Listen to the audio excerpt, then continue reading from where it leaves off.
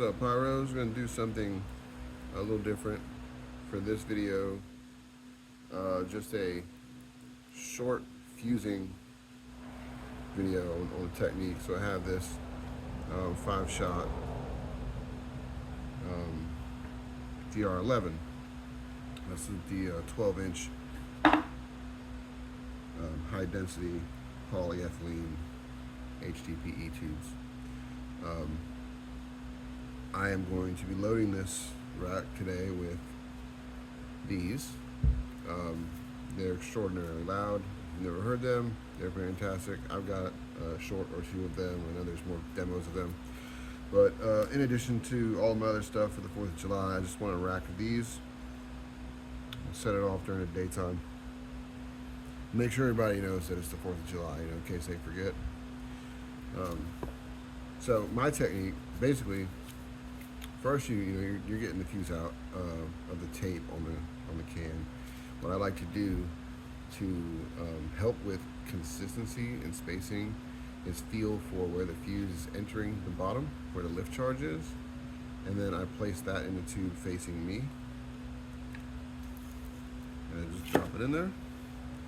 I do the same thing with the next one, so that I have all of these fuses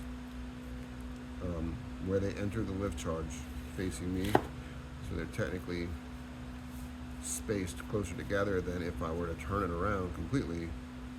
Don't know if it matters, but I've had some pretty awesome results.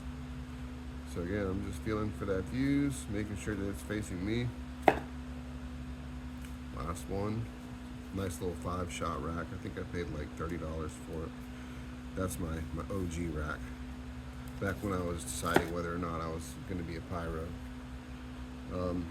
Okay, next, since I'm wanting to make some noise, I'm going to space this out. I'm going to use some slow fuse, some visco fuse. You see there, it's 20 feet roll, 2 seconds per inch. Pretty much everybody has some of this stuff laying around. Yeah, really good. So anyways, I'm just going to use the length that I need to cover this whole thing. So another interesting concept is that when I fuse my racks, I fuse them starting from the back or the rear of the direction that I want it to go. So if I want my flame coming in this way and then the canister is igniting this way, then I start attaching the fuse to the main visco back here. And I'll show you why in a minute, but basically it's to help keep it tighter and allow more consistent spacing. Like, I feel like when you're doing it this way, it's you can only get so close to perfect. I don't think you'll ever get perfect. If you do, on the timing, it's mostly luck, but you can make some tweaks here to get better consistency, I promise. As far as measuring this out, I have tons of this stuff. I can just cut some off. And by the way, I just use nail clippers. I haven't seen anybody use these, but this is like revolutionary. I do a lot of fusing, and you know how hard it is. Maybe everybody lost their nail clippers, because that's kind of how it goes. I had to order another pair. Then we've got our zip ties. You can use tape. If you do use tape, I recommend something like this. This is what they call carpenter tape, I think. It's for rough surfaces. It helps hold longer, and especially when it's humid outside or hot, this stuff will hold better because it gets kind of gooey. I've used it for fusing. It works great. Personally, I just prefer zip ties because I can go through them so fast. I've done it a million times. This little bag on Amazon with 1,000 4-inch zip ties was like $8 or something. I've gone through several of these bags. They're perfect. So I'll just grab a few. I usually put them in my mouth, but since I'm talking, I won't. So we'll just start with these two, right? I want my rack to flow in here and hit each canister shell at the same time, or at the same spacing. So we're going to start back here. We're going to try to get a tight fuse. I'm going to pull that fuse to 3 o'clock on the tube. It's facing forward, the direction where the fire is coming from. Okay. Just want to get this on there. It doesn't have to be anything special. Just attach it,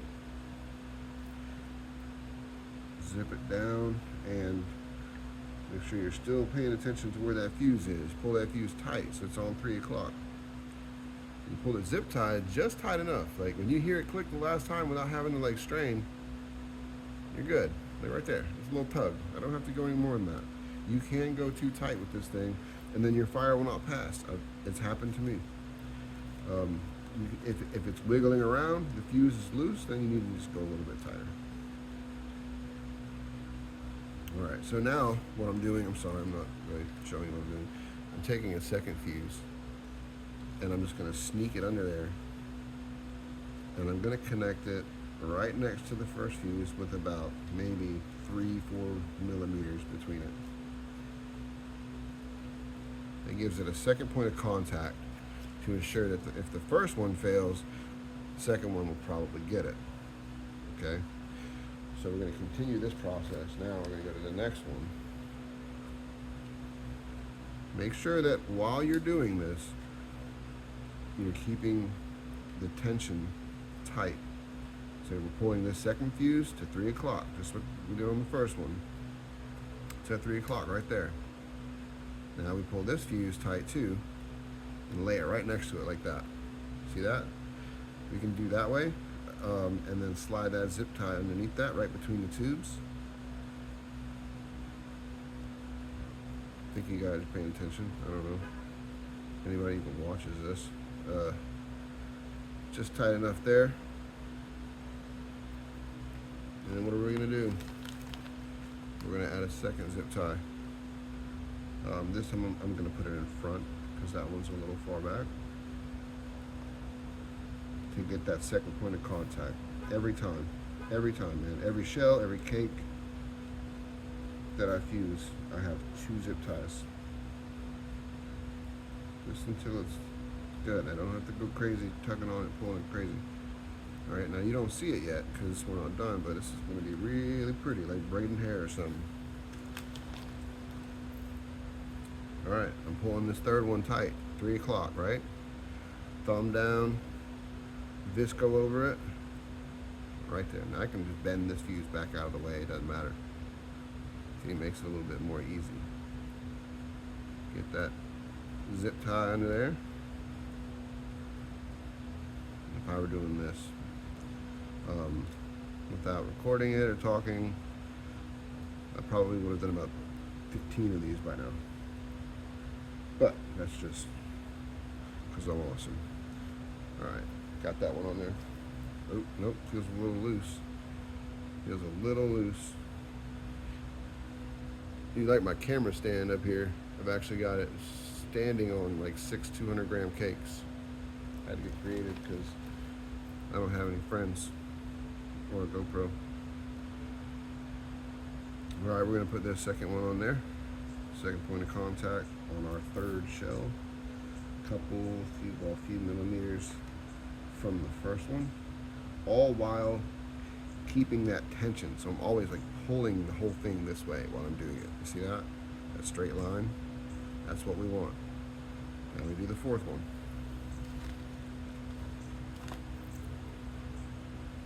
I always thought about doing a video like this, but I just thought, and everybody knows how to fuse. Plus, I don't care. Nobody watches my videos. Work's been kind of busy lately, so it's a good break for me to just kind of spend a little bit of time not working and thinking about all of that stuff. It's therapeutic. Fireworks are therapeutic, man. I know y'all agree. Like and subscribe if it's therapeutic for you too. All right, so we are getting there. That was number 4. Number 5 to 3 o'clock. I don't know if you can see that one. You move it over. Number 5 to 3 o'clock. Slap our visco fuse down there too. And we're gonna zip it up, pull it tight. We're gonna zip it up right there on the end of the tube. Make sure it's tight. There we go. Get that second point of contact.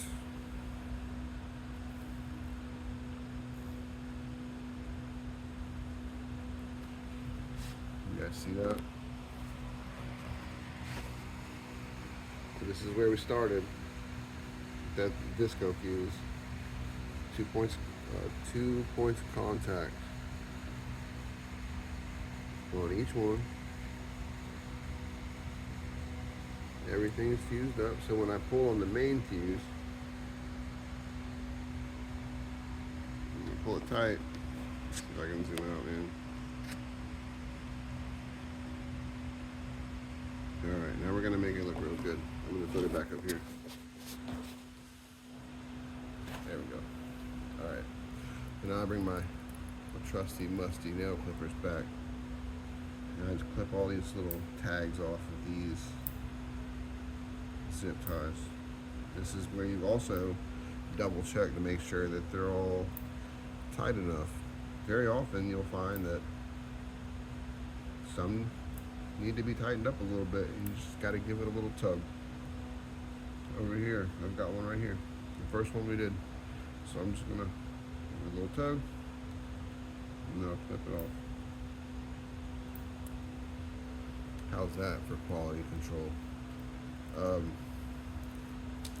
Now we're going to clip off these excess fuse lengths.